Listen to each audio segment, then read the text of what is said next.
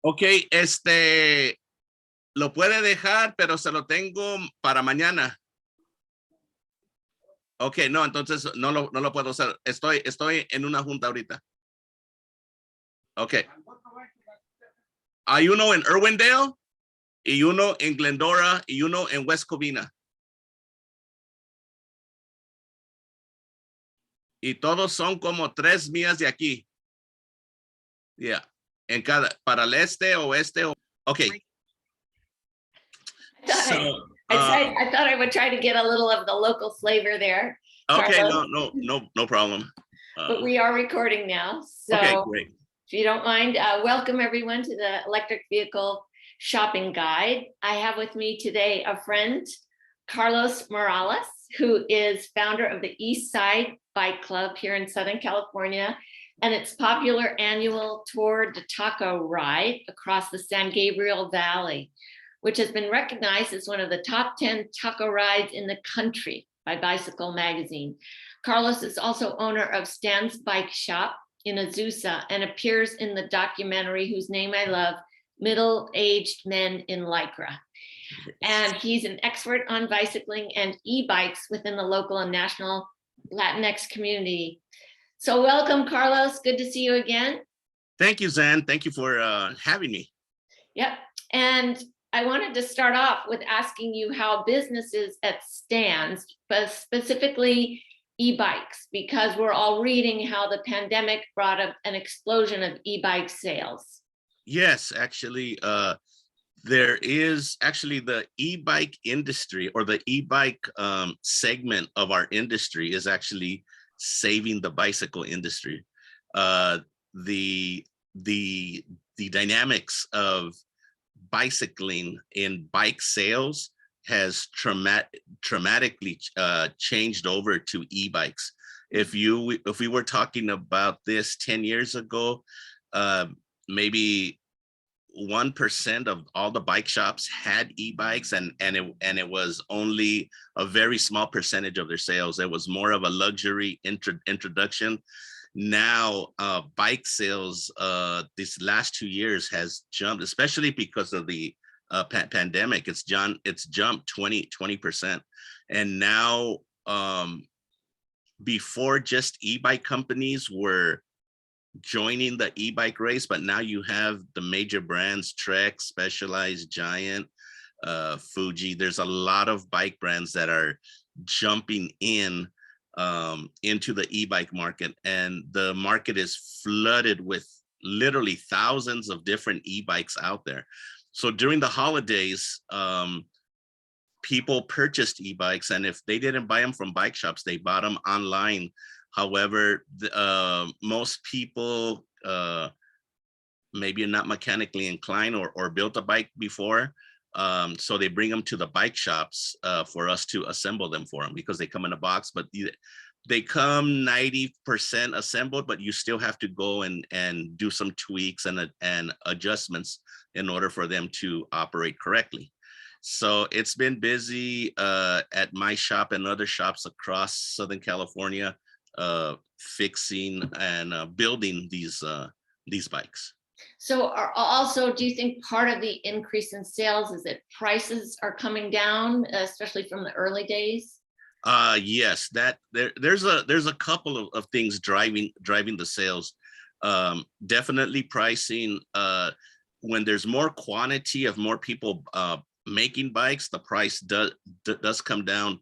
With the pandemic that actually came, there was only certain things that we could do, and it looks like currently the pandemic, it's on a rage again, and there's a lot of things that are being canceled. They're being postponed till later on during the year, and I believe at the rate that it's going, possibly more lockdowns. And again, cycling, outdoor activities are things that not only adults and kids, but families together could come out and do. So there's a lot of things pushing the e-bike rush.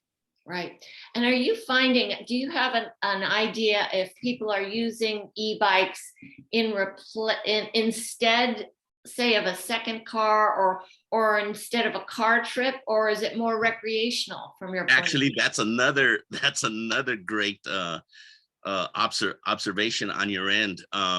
Yes, more people are using e-bikes. One, the price of gas here in Southern California has skyrocketed.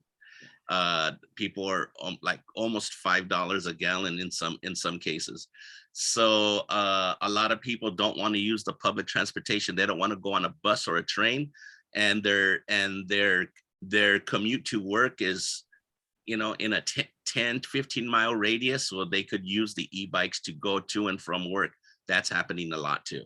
Right. And they don't want to use public transportation right now because of COVID is what? Correct. Yeah. Correct. Right. Yeah. As soon as COVID gets under control, there'll be a lot more people using public transportation. The good thing is, on a lot of the e-bikes, they're based and they're driven to the commuter, to the commuter consumer that's using it to go to and from work, to and from school. We see, interesting enough, this past couple of months, we've seen people in our community, in high school, that are starting to use the e-bikes to go to and from work because their parents don't want them to get on the bus or what have you.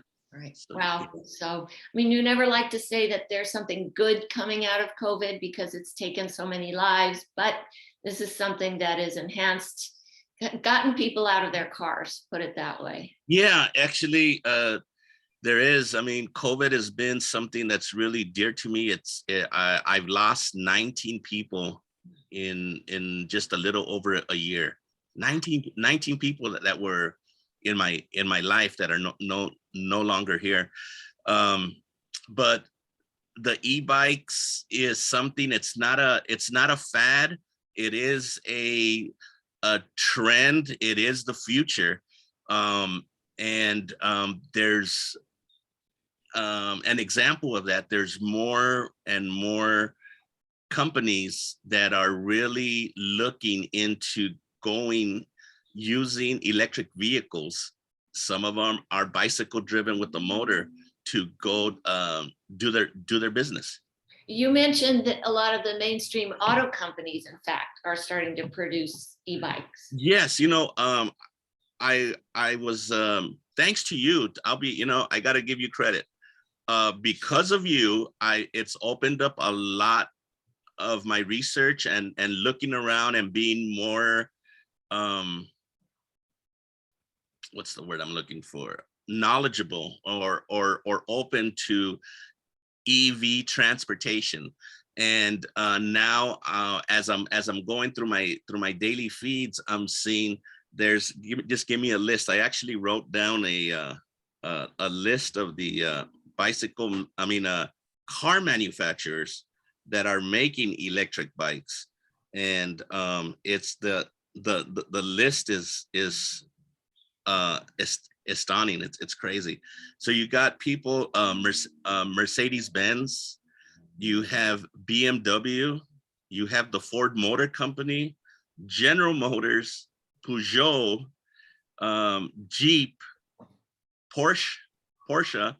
The Ford Electric has a couple of them. Lexus has one. Honda has one. Toyota has one. Volkswagen has one. Audi has one.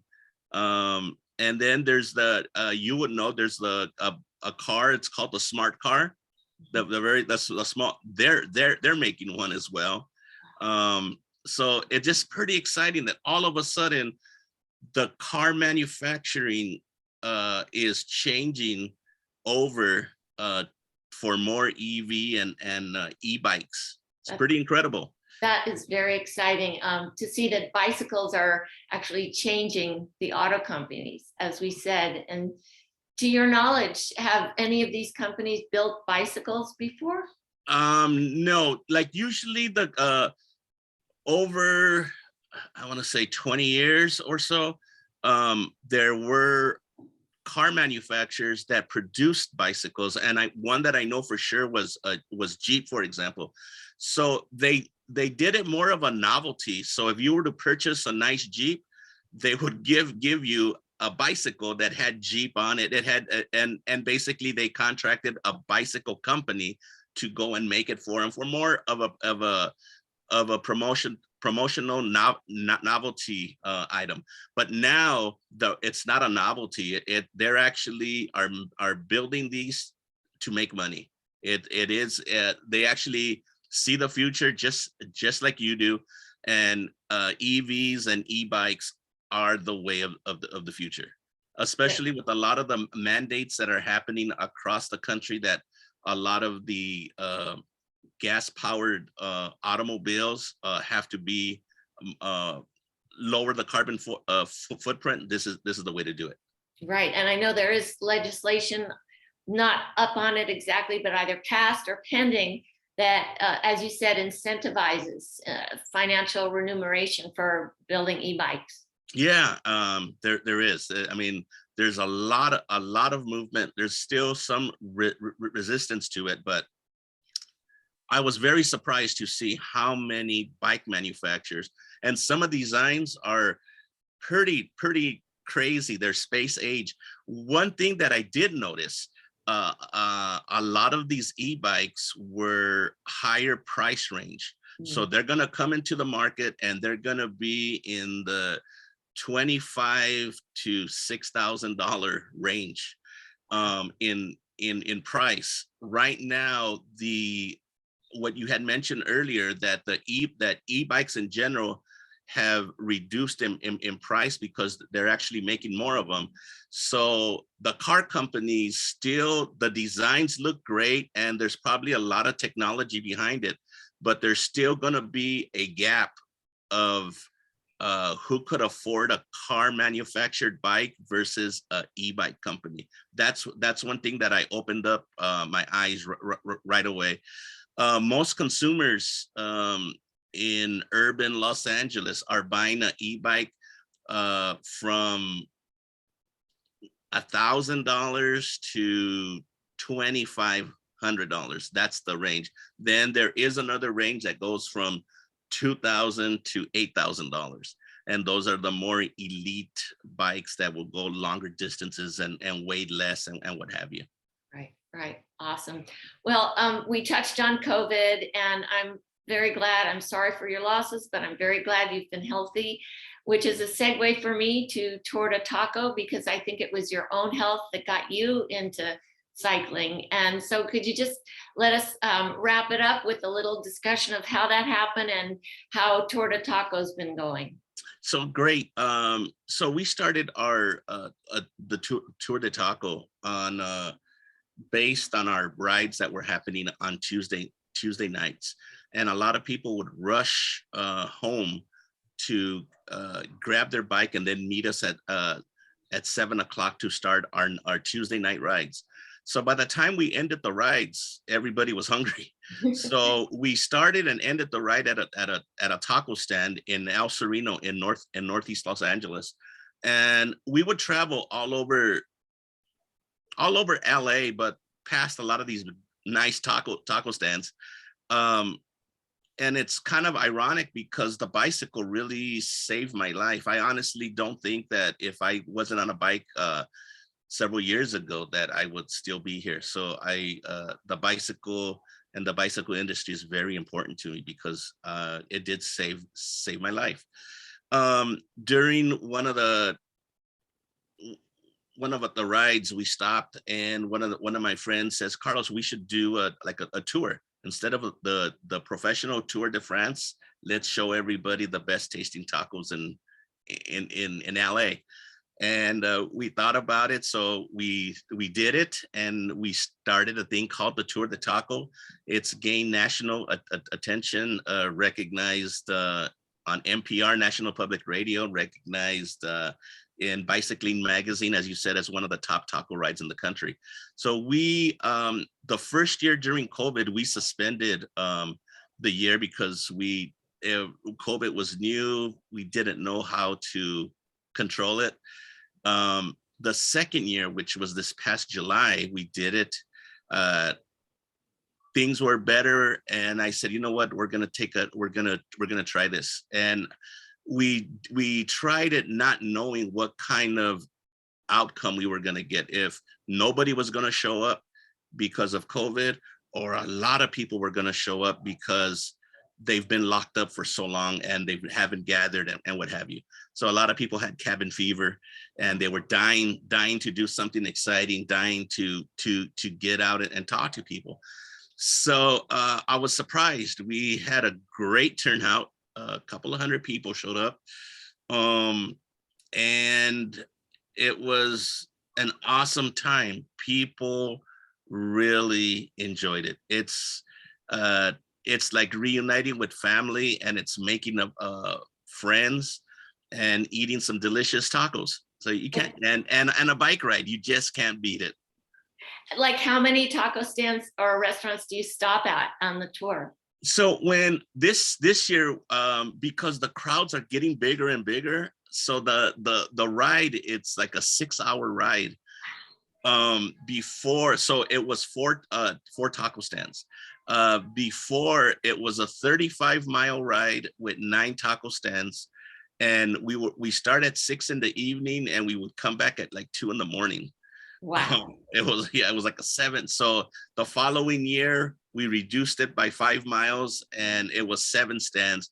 So we reduced it thinking that we were going to come back on time, but the crowds were getting bigger. So every year we've actually made it less miles and less taco stands, but it's still taking us six hours to do the ride.